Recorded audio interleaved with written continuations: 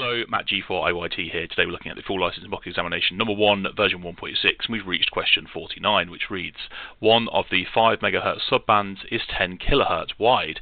This will allow A. FM signals with 3 kHz audio and 3 kHz deviation, B. a transmitted power of 200 watts, provided it is centered within the subband, C. up to 3 SSB transmissions within the subband, or D.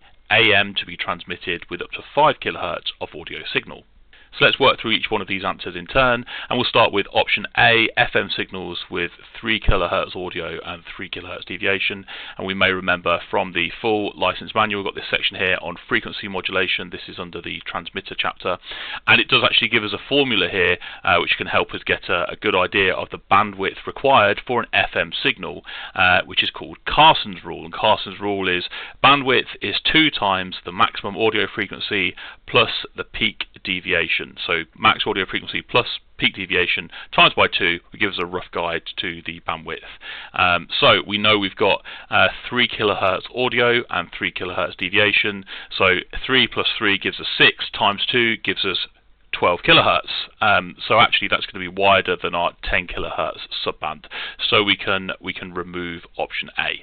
We've then got option B, a transmitted power of 200 watts, provided it is centered within the subband. Well, if we flip over to the EX309, we've got the band plan here, and this is the band plan you should be using in the exam. Even if you memorized the actual band plan that we use on a daily basis in amateur radio, you still reference the EX309 in the exam, because there may have been changes, but the EX309 is the one that all of the exam questions are based around. So always make sure you reference this one, even if you think you know the answer. But we can see here, actually, license notes, full licensees only, and we're a secondary user with 100 watts max. And so it's 100 watts max on that band anyway, plus the fact that it doesn't really matter what the power is, the bandwidth, the amount of bandwidth used should always be the same. So let's remove option B from the running here. Option C is up to 3 SSB transmissions within the subband, and if we think of an SSB transmission of occupying 3 kHz of bandwidth, we can see 3 times 3 with a little bit of spacing. That could easily occupy that 10 kHz. We can certainly get those 3 in within 9 kHz and maybe have a few hundred hertz between them. So option C certainly looks like a good candidate. And then we've got option D, AM to be transmitted with up to 5 kHz of audio signal.